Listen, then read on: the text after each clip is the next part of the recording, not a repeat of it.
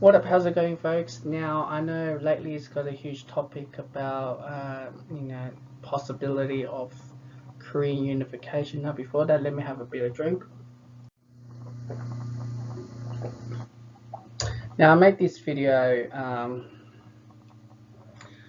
about what I've done by research and studies while back in 2014, which is one of my videos about North Korea on my channel. So just letting you guys know what sort of information that I know, kind of background. What fascinated me the most was understanding how the structure, citizen structure in North Korea, and it sounds pretty much sound like there's three categories in Sanban classes, which is the first. There's like three of them, and as well I have to put it in 1, 2, 3 so you guys kind of understand. So obviously one, if you're the highest privileged one, it can be a high socioeconomic as well, if you want to put it that way, or anything like that. Two, number two is more of the working class of the country, and I believe the first number one, I believe it's not much, 10% of the population. And as well, number two, the working class was pretty much like 20 or 30%. And the third class is pretty much is concentration camp. That would be probably, we're talking about 50-60%. Now, I haven't looked back on my video on that presentation. Therefore, I just wanted to make this video where this topic is getting hotter and hotter. Now, on the oral presentation, what I've realized is those who escape from North Korea, as they say, and how long it took them to go through like a lot of counseling, psychologists and psychiatrists just to gain back, which they will fear of, Kim Jong-un or the Kim's regime, has their eye on them. They believe him, he was the god of the country and everything like that. So it's a bit dark. I'll try my best to talk as much as I can. So it's interesting how it goes, and their life was, they thought North Korea was a lot better than South Korea. They thought South Korea was living in a very fantasy society, which they never believed it was like that. Now, this guy, he escaped from Camp 14, concentration camp, and it was the most brutal moment. I think for the above, Yumin Park, I think she escaped from the family, which coming from the military, so she's kind of like the working class, where Shin Dong was coming from the one of the highest monitored, regulated, one of the worst camps in North Korea, and he managed to escape. I'm not sure what year he was escaped, but now he's a human activist in South Korea. And there's plenty more defectors.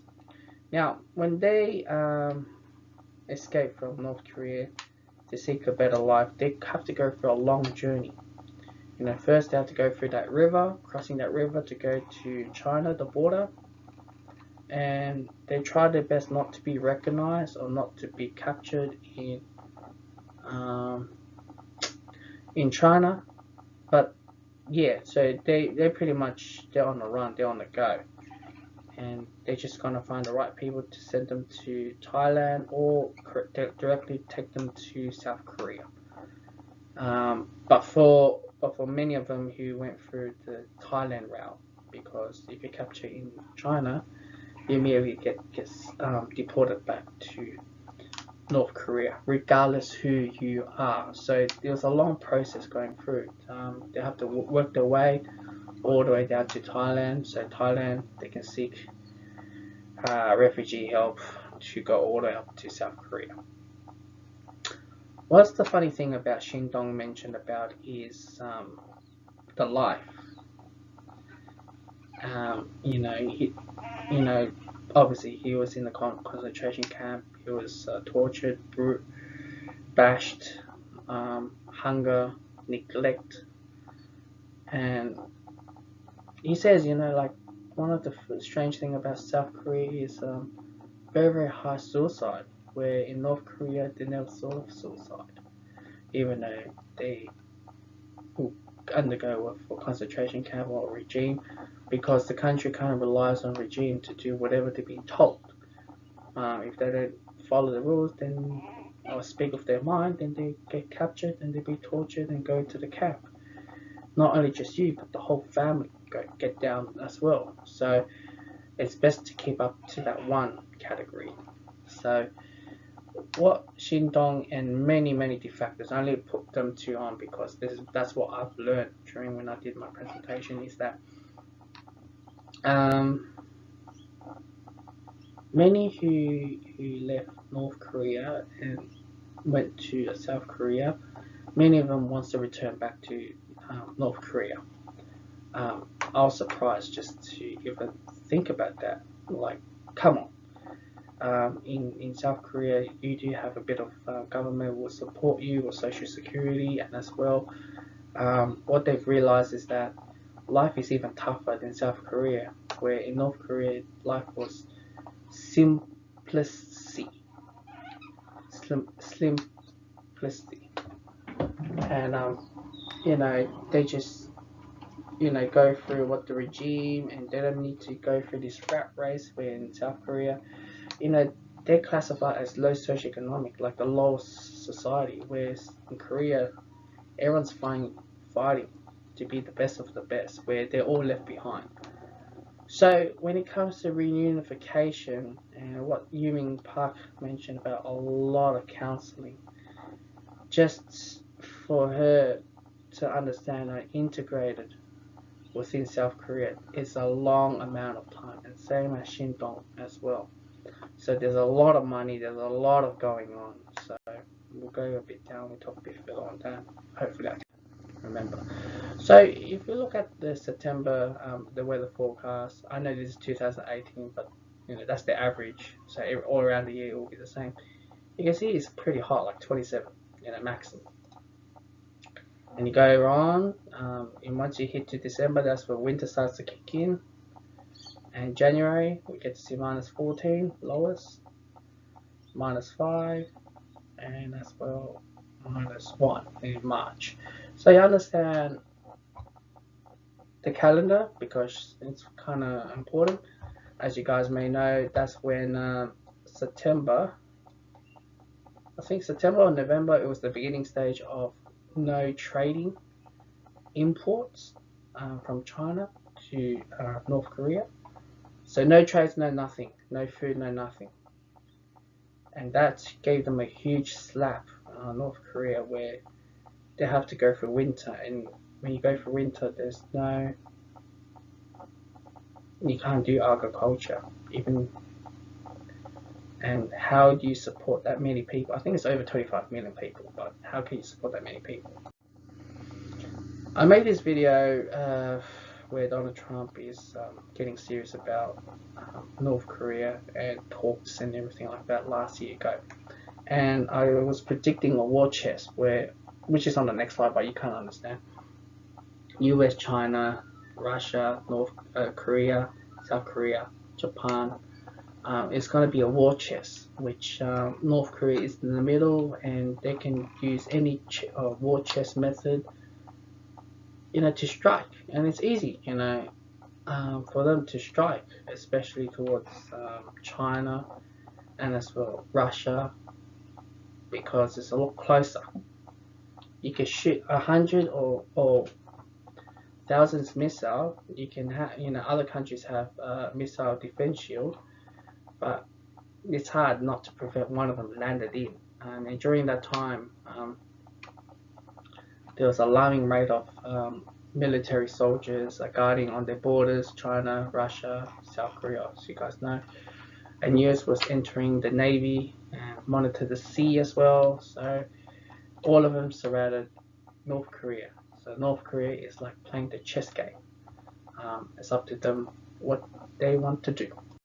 or how they play.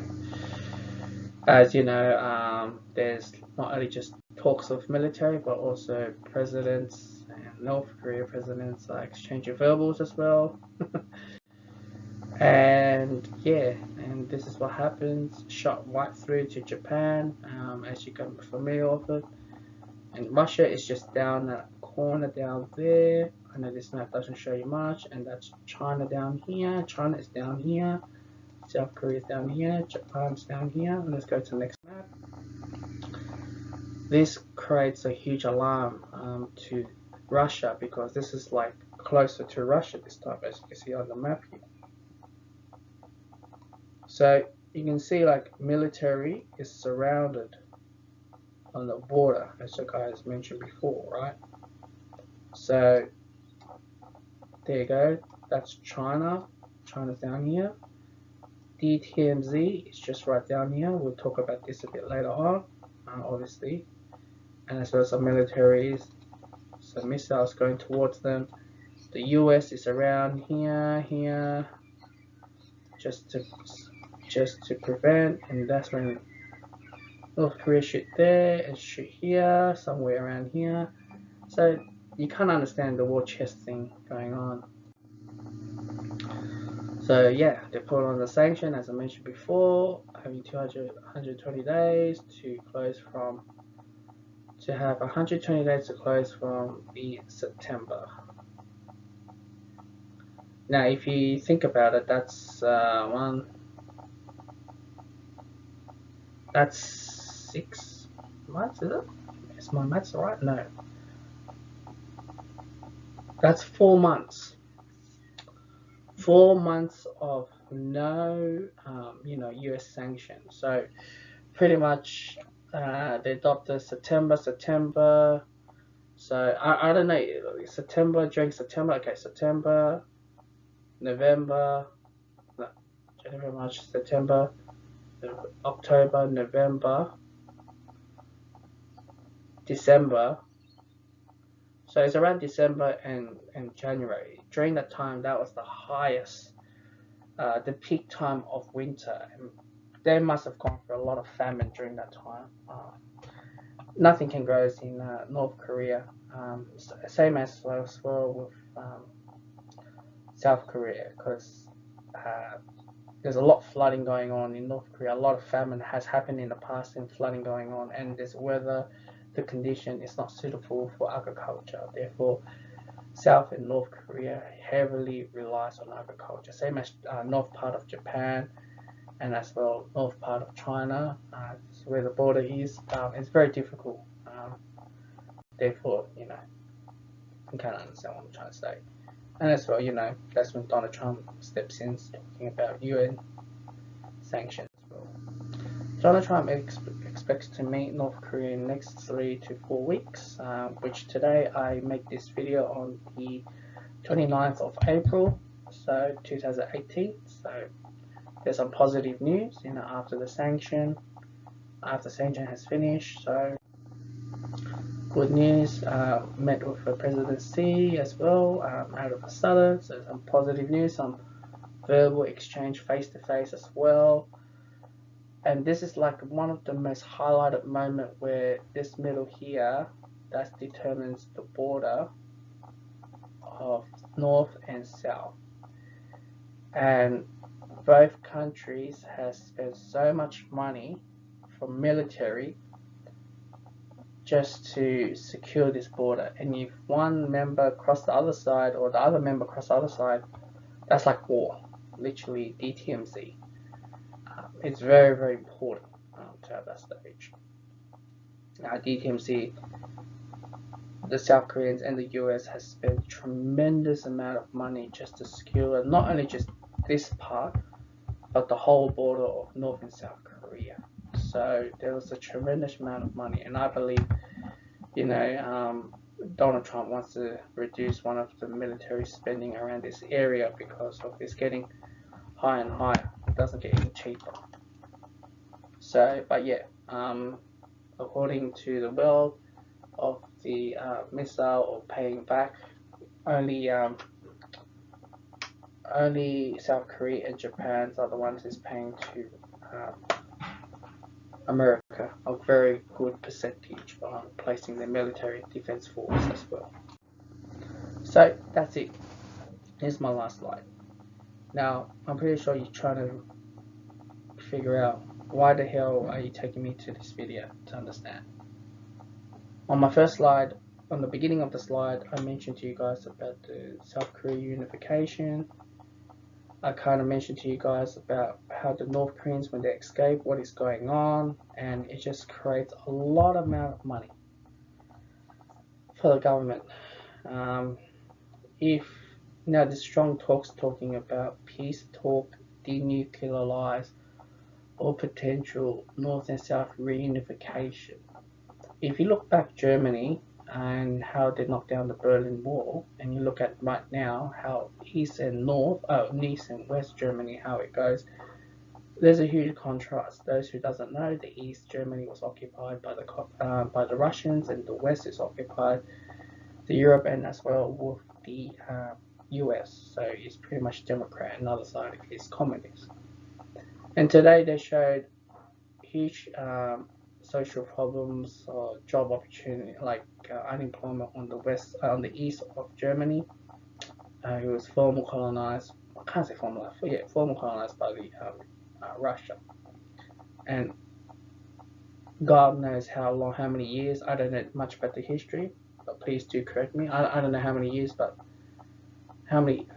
Yeah, after the World War II and after they broke the wall down just recently. I think it was 1991 or 1989, something around there. So we'll be kind of talking about like 30, 40 years after the war's been broken. North Korea used to be like China. No, China used to be like North Korea, but it only went through one regime, which is Mao Zedong. If you search it up, what's the highest genocide in the world, which is Mao Zedong. China is number 1, and 2 is Stalin, and you go on, yada yada yada on, and then you have Nazi, Hitler, I think 6 or 7 around the rank, genocide and everything like that. Where if you see at North Korea, they went through 3 regimes, and they went from Kim Il-sung, who's the beginning of the dictatorship of communism in North Korea. Then you went through his son Kim Jong-il, and now currently the young dictator, which is Kim Jong-un. Many who speculated what's going on with current regime wants to be stronger, wants to be more aggressive, powerful, as well being young-minded Kim Jong-un, which has happened, which surpassed what 2 of the before 2 of the regimes. And as well, right now they have like what he has done with his half brother and his own uncle. It shows his power, what he can do, and everything like that. But let's go to this topic of reunification. If reunification ever happens, South Korea at the world economics and GDP is really, really high up there. I'm not sure. It'll be top 5, top 10. Right? If North Korea steps in, South Korea reunification, South Korea has to spend tremendous intergeneration of social security. It benefits for the party because reunification of families as well is survived through the regime. Maybe not, but it will cost South Korea a lot more. What South Korea would benefit from North Korea is to create a stronger industrial industry towards the North Koreans, where North Koreans, as I mentioned before, they're not up to date with the education, the standard, the living, the moral, and things like that in South Korea. So they'll be very, very strong with manufacture. Pretty much what I'm trying to say. slavery price.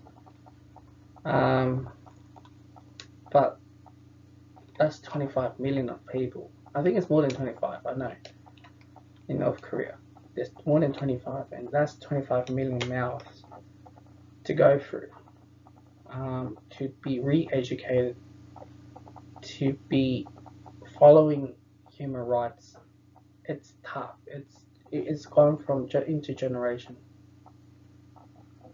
and it's already wiped out. And I mentioned before with Park and Shindong, he has went through tremendous amount of things just to integrate it securely in South Korea. But there's going to be a huge problem.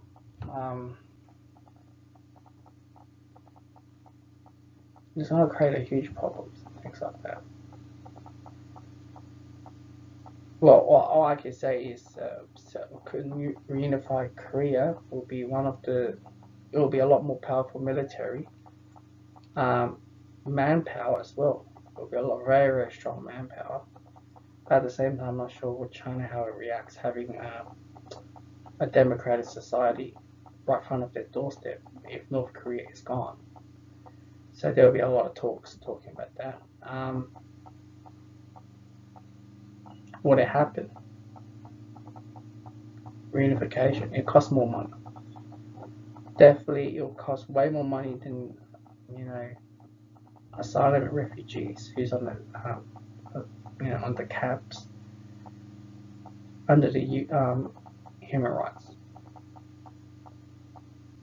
Maybe it might cause us some migrant waves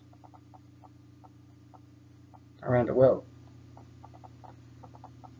Maybe there's a lot. So I'm sleepy at the moment, so I need to finish this video. What I'm trying to say is everyone wants peace solution. Reunification will bring South Korea in a brink position. Pretty much bankrupt the country.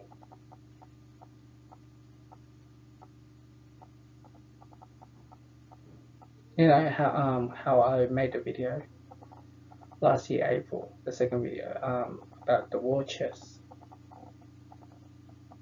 It will be a lot cheaper. I know I'm gonna sound so inhumane to say this, but this is back then. It'll be a lot cheaper to nuke the whole thing than maintain the whole thing. We're talking about more than generations to fix that problem. It'll be a very, very difficult to get out. And that's reality where Korea has to face. But it can be any other option. Maybe not have a powerful regime, just delay. Government try to, I don't know how things goes, but there's a lot of options there. But I think one of the strong ones the world wants to see is reunification. And I'm done. And as well, as you can see, current date of the April.